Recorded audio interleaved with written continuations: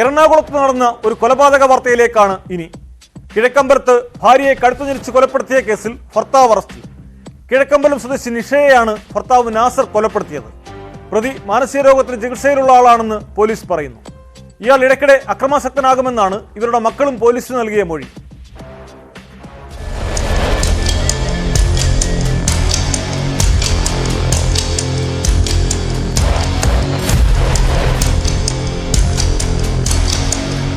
ഉറങ്ങാൻ കിടന്ന ഭാര്യ നിഷ വിളിച്ചിട്ട് എഴുന്നേക്കുന്നില്ലെന്ന് നാസർ അയൽവാസികളെ അറിയിക്കുന്നത് ചൊവ്വാഴ്ച പുലർച്ചെയാണ്.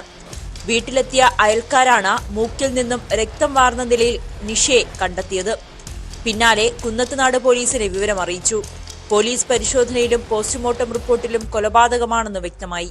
നാസറിനെ കസ്റ്റഡിയിലെടുത്ത് ചോദ്യം ചെയ്തപ്പോഴാണ് ഭാര്യയെ കഴുത്തുഞെരിച്ച് കൊലപ്പെടുത്തിയതാണെന്ന് സമ്മതിച്ചത്.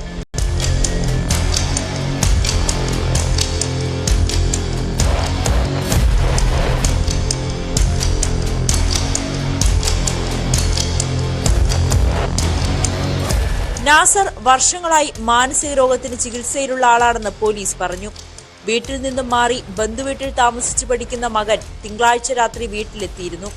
എന്നാൽ പിതാവുമായുണ്ടായ തർക്കത്തെ തുടർന്ന് ബന്ധുവീട്ടിലേക്ക് തിരികെ പോയി.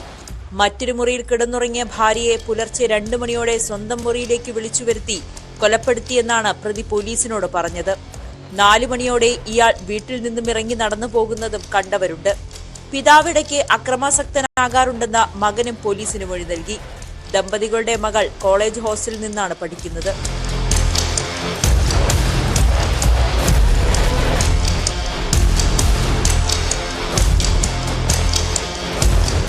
ന്യൂസ് 18 കൊച്ചി.